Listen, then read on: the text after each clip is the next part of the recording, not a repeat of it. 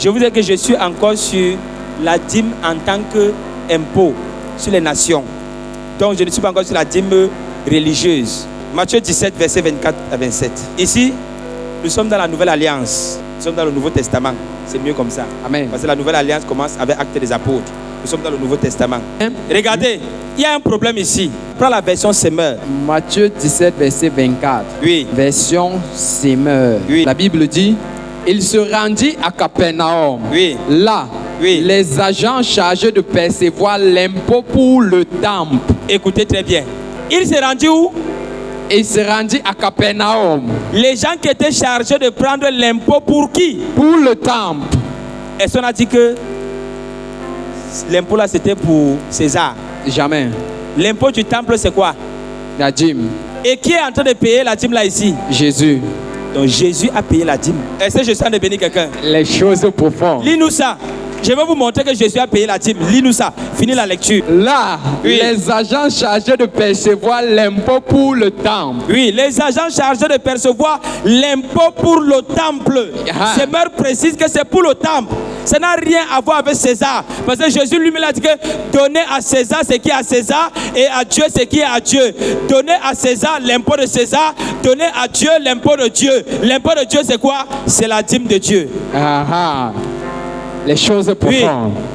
Vint trouver Pierre et lui demandèrent, Oui. votre maître ne paie-t-il pas l'impôt du temple? Donc, on demande à Pierre que tout le monde paye la dîme du temple, ou bien tout le monde paye l'impôt du temple.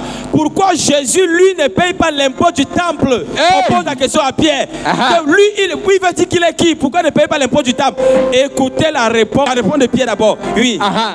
Si, répondit-il, Oui. il le paye. Oui. Quand Pierre fut entré dans la maison, Jésus prenant... Donc, c'est Pierre qui répond. Il répond que non, mon maître est fidèle. Il paye ses impôts depuis qu'on fait le ministère. Il paye ses impôts dans le temple. Ah, ah. C'est ce que Pierre a dit. Il le paye. C'est vrai que... Et pourquoi? En ce temps-là, on avait établi dans chaque entrée de la ville, il y avait des hommes qui étaient chargés de récupérer la dîme. Comment? Tous les jours. C'était comme on fait là maintenant qu'en entrant à Yaoundé, tu trouves les policiers là. C'était comme ça que c'était établi. Il y avait la dîme pour le temple, il y avait la dîme ou bien les impôts qui allaient chez César. Continue la lecture. Si, répondit-il, il le paye. Oui. Quand Pierre fut entré dans la maison, Oui. Jésus, prenant les devants, lui demanda, Oui. qu'en penses-tu, Simon? Il dit que Simon, ce qu'il vient de dire là, toi tu penses ça comment? Qui est-ce qui paye les taxes Oui. et les impôts au roi de la terre? Oui. Les fils ou les Donc, étrangers? Jésus pose une question politique. Il dit que les rois de la terre, qui les paye les impôts? Est-ce que leurs enfants payent les impôts ou les étrangers? La réponse c'est quoi? Les étrangers, C'est-à-dire les étrangers. répondit Pierre. Répondit Pierre. Qu'est-ce que Jésus veut dire? Il sait que lui, Dieu est son Père. Dieu est le roi. Il est le Fils unique de Dieu. Et si on dit qu'on prend l'impôt pour le temple, lui qui est le Fils de Dieu, normalement, il n'est pas censé payer l'impôt pour le temple. Comment? Les choses profondes. C'est pour ça qu'il prend l'exemple. Il dit que les rois de la terre, est-ce qu'ils récupèrent les impôts chez leurs enfants? Non. Mais pourquoi on veut donc que moi, que mon père, c'est lui qui a le temple, moi je dois payer? Mais il va dire que pour ne pas scandaliser, va prendre, paye pour toi et pour moi. Lis la suite. Donc, reprit Jésus, les fils n'ont rien à payer. Oui. Toutefois, Oui. ne sémons pas le trouble chez ces gens.